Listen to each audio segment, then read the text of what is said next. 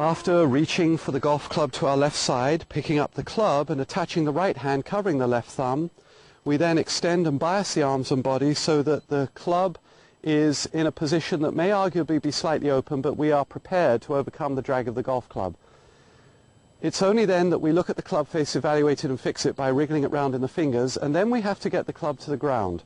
The club is brought to the ground by tipping over, but before we do that we have to establish a couple of very important constants. One is the distance between the left arm and the body. It's about a thickness of a hand. This is all the space we need. The other one is the angle between the forearms and the club, which should be a shallow but definitive angle of something like 150 degrees.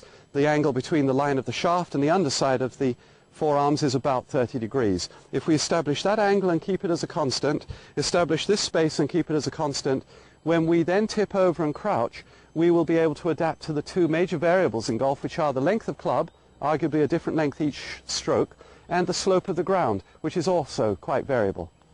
We then tip over until the club is an inch from the ground, the club of course migrating not only downwards but toward our feet. And of course our legs at that point may be quite straight, a position and a shape that is not appropriate for any sport.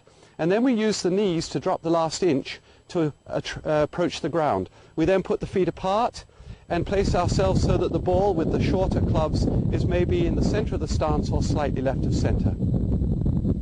The club should not rest on the ground, which would switch off important muscles, nor should it be perfectly flat. It's actually appropriate for the club to be slightly toe up, slightly but not excessively. If it's excessively toe up and you're confident that you're standing well, there's a good chance the club is in error and it will drive the ball farther to the left than your swing qualities deserve. If the toe of the club is too far down, the opposite will occur and there'll be a tendency to hit to the right. If you're confident you're standing properly, then you can indeed have the clubs adjusted or custom fit. They may adjust the lie of the head and possibly the length of the club.